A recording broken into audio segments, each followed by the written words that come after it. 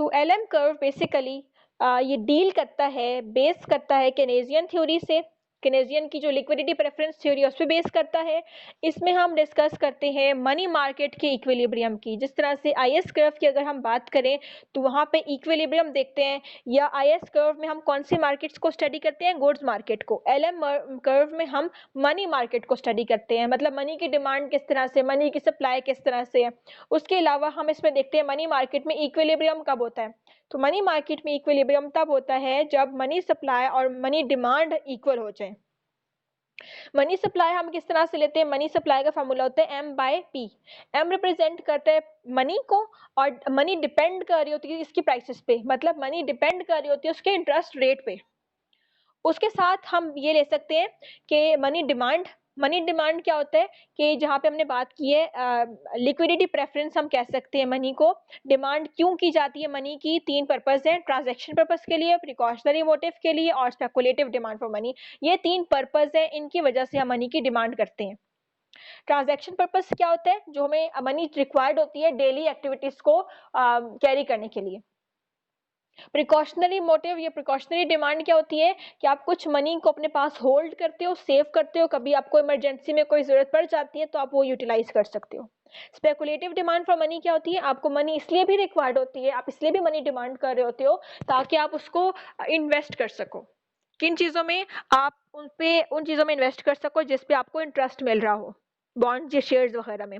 तो ये टॉपिक आपका हुआ हुआ था, किसी टॉपिक में हुआ हुआ है, कंप्लीट है। मनी के टॉपिक में लास्ट 2-3 स्लाइड्स आप देख लीजिएगा, तो वहां से आपको ये टॉपिक्स की डेफिनेशन और एक्सप्लेनेशन और एग्जांपल्स भी मिल जाएंगी। तो मनी डिमांड डिपेंड कर रही है हमारी इनकम पे, या आउटपुट, या इनकम पे, या जीडीपी पे, या हमारे डिपेंड कर सकती है हमारी इंटरेस्ट रेट पे। एलएम कर्व रिलेशनशिप शो करता है इनकम का और इंटरेस्ट रेट का।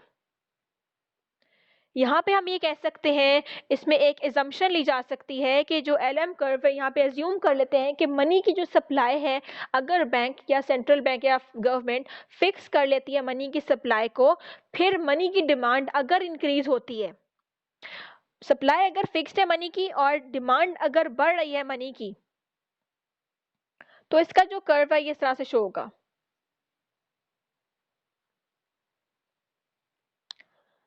मनी की डिमांड जैसे जैसे बढ़ती है तो स्टेट बैंक, सेंट्रल बैंक उसका इंटरेस्ट रेट बढ़ाते चले जाते हैं ताकि वो मनी की डिमांड को कंट्रोल कर सके, मनी की डिमांड को रिड्यूस कर सके। तो इसका जो रिलेशनशिप है, ये रिलेशनशिप तब वैलिड होगा जब मनी की सप्लाई फिक्स्ड होगी, जब मनी की सप्लाई कांस्टेंट होगी। मनी की सप्लाई कांस्टेंट नहीं तो ये रिलेशन भी नहीं शो होगा। ये यहाँ पे ये रिलेशन शो करना जरूरी है कि मनी सप्लाई का जो मनी सप्लाई है वो फिक्स्ड है, वो कांस्टेंट है, सिर्फ चेंज जो हो रही है वो मनी डिमांड हो रही है। मनी डिमांड जो लोग ज्यादा करेंगे तो स्टेट बैंक या जो सेंट्रल बैंक या गवर्नमेंट जो है वो इंटरेस्ट रेट को भी इंक्रीज करेंगी। वाई नॉट यहाँ पे रिप्रेजेंट हो रहा है कि अगर इतनी मनी डिमांड की जा रही है, आई नॉट इतना इंटरेस्ट रेट है। मनी की सप्लाई फिक्स्ड है, लोग ज्यादा मनी अगर डिमांड करेंगे, मतलब ज्यादा इनकम अगर ज्यादा डिमांड करेंगे तो इंटरेस्ट रेट भी ज्यादा होता चला जाएगा।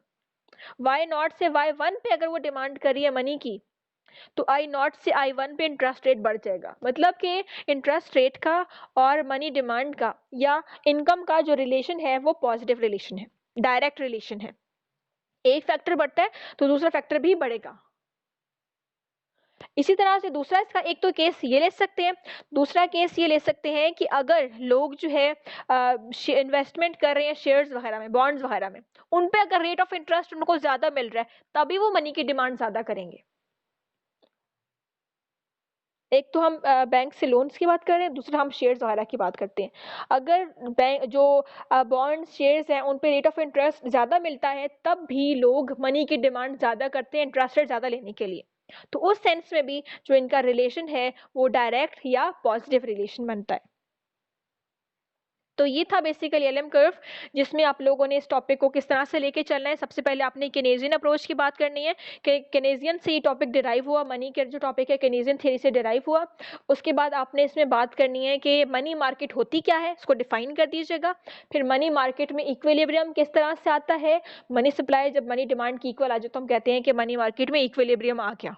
ठीक है, फिर उस तरह से मनी सप्लाई क्या होती है, इसको किस तरह फाइंड आउट किया जाता है। मनी सप्लाई का मतलब है कि मनी जो है वो डिपेंड कर रही होती है इंटरेस्ट रेट पे। उसके बाद मनी डिमांड की बात की है, वो मनी डिमांड डिपेंड करती है इनकम पे और इंटरेस्ट रेट पे। और इसी के अंदर ये टॉपिक भी आपने इंक्लूड करना है कि मनी की डिमांड क्यों ज़रूरी होती है, मनी की डिमांड लोग क्यों करते हैं। तो वो 3 टॉपिक्स, 3 छोटे जो सब टॉपिक्स अपने वो देखने हैं कि ट्रांज़ैक्शन मोटिव के लिए, प्रिकॉशनरी मोटिव के लिए और स्पेकुलेटिव मोटिव के लिए। ये इनको डिफाइन भी करना है इसी टॉपिक के अंदर। मनी की डिमांड इसलिए ज़रूरी, 3 टॉपिक्स के सिर्फ मैंने नाम लिखे, इनको एक्सप्लेन इसलिए नहीं किया क्योंकि ये एक्सप्लेन हो चुके हैं एक स्लाइड में। ये टॉपिक हमारा हो चुका है, सिर्फ अभी मैंने उनकी हेडिंग्स दी हैं। तो मनी डिमांड इसलिए ज़रूरी होती है। तब मनी की हमारे पास ये इक्वेशन बनती है, तब हम कह सकते हैं कि डिमांड जो है वो डिपेंड करती है, इंटरेस्ट रेट पे भी डिपेंड करती है और डिमांड डिपेंड करती है आउटपुट या इनकम पे भी डिपेंड कर रही होती है। इनका जो रिलेशन है वो पॉजिटिव और डायरेक्ट रिलेशन है। इसके बाद हमारा जो नेक्स्ट टॉपिक होगा उसको हमने देखना है कि गुड्स मार्केट और मनी मार्केट में इक्विलिब्रियम कब आता है, किस तरह से आता है, इसका इक्विलिब्रियम हमने देखना है।